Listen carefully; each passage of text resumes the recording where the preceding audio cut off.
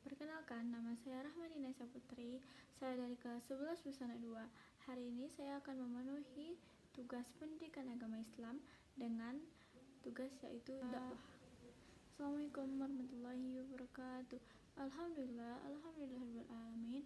Wassalatu wassalamu ala asyrofil anbiya'i wal mursalin wa ala alihi washabihi ajmain. Amma ba'du. Segala puji bagi Allah, Tuhan semesta alam. Rahmat dan keselamatan semoga terlimpah atas paling mulia Nabi dan Rasul, juga atas keluarga dan para sahabat, serta kepada yang mengikuti mereka dalam kebenaran sampai hari kiamat. Adapun setelahnya, pertama-tama marilah kita semua panjatkan puji syukur kehadirat Allah Subhanahu wa taala yang telah melimpahkan rahmat-Nya kepada kita semua. Kita bersyukur dapat berkumpul di pagi yang cerah ini dengan nikmat kesehatan yang masih diberikannya. Tak lupa pula salawat dan salam semoga tercurah kepada junjungan kita, yakninya Nabi Muhammad SAW, serta kepada keluarga dan sahabat yang mulia. Marilah kita bersama-sama menjelajahi petunjuk hidup yang agung ini dengan tema yang hendak kita bahas pada kesempatan yang berbahagia ini, yaitu tentang perundungan atau bullying. Bullying adalah perilaku agresif yang melibatkan berbagai perilaku, baik berupa kekerasan fisik seperti memukul, menampar, menendang, dan memalak, atau kekerasan verbal seperti menghina, menuduh, menebar gosip, dan lain-lain. Dapat juga melakukannya secara psikologis seperti mengucilkan, menatap sinis, mempermalukan di depan umum, dan lain-lain. Bullying biasanya dilakukan berulang-ulang oleh seseorang maupun kelompok yang merasa lebih senior, lebih kuat, dan berstatus sosial lebih tinggi dibandingkan korban bullying. Hal demikian jika dibiarkan akan menimbulkan dampak yang serius untuk korban di masa depan, baik jangka pendek maupun jangka panjang. Korban akan merasa kurang nyaman, terisolasi, stres, depresi, dan bahkan bunuh diri.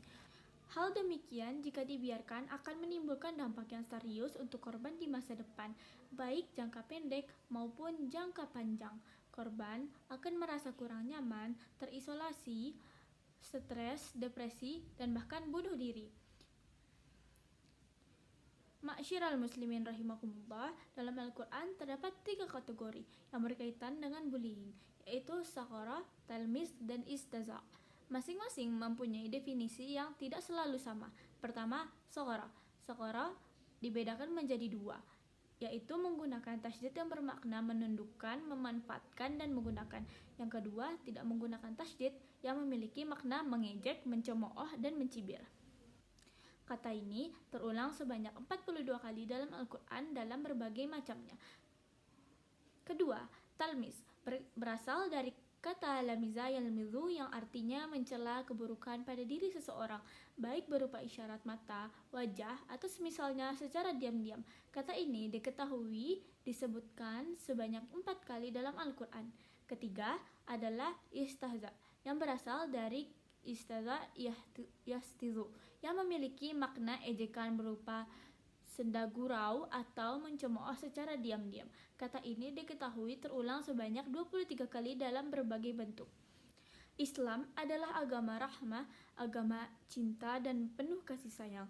Allah Subhanahu wa taala melarang berbagai bentuk perbuatan yang merugikan baik untuk diri sendiri maupun orang lain. Perilaku bullying mempunyai konsekuensi emosional yang merugikan untuk semua insan. Minimnya pengetahuan yang dimiliki masyarakat terhadap nilai-nilai agama menjadikan mereka terkesan mudah melakukan bullying kepada orang lain. Menghilangkan perilaku bullying yang telah terlanjur merebak di masyarakat agaknya sulit. Mungkin yang dapat kita lakukan adalah berupaya untuk meminimalisir dan memberikan pengertian kepada semua orang akan dampak yang terjadi pada korban bullying. Perlu juga kita tekankan bahwa sebagai sesama manusia kita harus saling menghormati satu sama lain. Apabila teman atau kerabat kita mempunyai kekurangan, berhentilah membuli.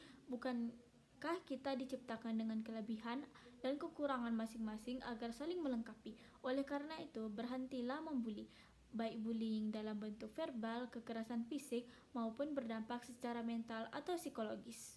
Terdapat pada hadis riwayat Muslim, Seseorang muslim adalah saudara bagi muslim lainnya. Ia tidak boleh menzaliminya, tidak boleh menelatarkannya, tidak boleh mendustakannya, dan tidak boleh menghinakannya. Hadis riwayat Muslim. Terdapat juga pada Quran surat Al-Hujurat ayat 11 yang artinya, hai orang-orang yang beriman, janganlah suatu kaum mengolok-olok kaum yang lain, karena boleh jadi mereka yang diolok-olok lebih baik dari mereka yang mengolok-olok. Akhir kata, sampailah dakwah saya pada bagian penutup. Sebagaimana tidak ada gading yang tidak retak. Apa yang saya sampaikan tadi juga pasti tidak luput dari kekurangan dan kesalahan. Saya meminta maaf dan kepada Allah saya memohon ampun. Semoga apa yang disampaikan dapat bermanfaat bagi kita semua, terkhusus saya pribadi. Semoga salawat dan salam tercurah kepada Nabi Muhammad beserta keluarga dan sahabatnya. Dan sekian penutup dari ceramah kami. Segala puji bagi Allah, Tuhan semesta alam. Wassalamualaikum warahmatullahi wabarakatuh.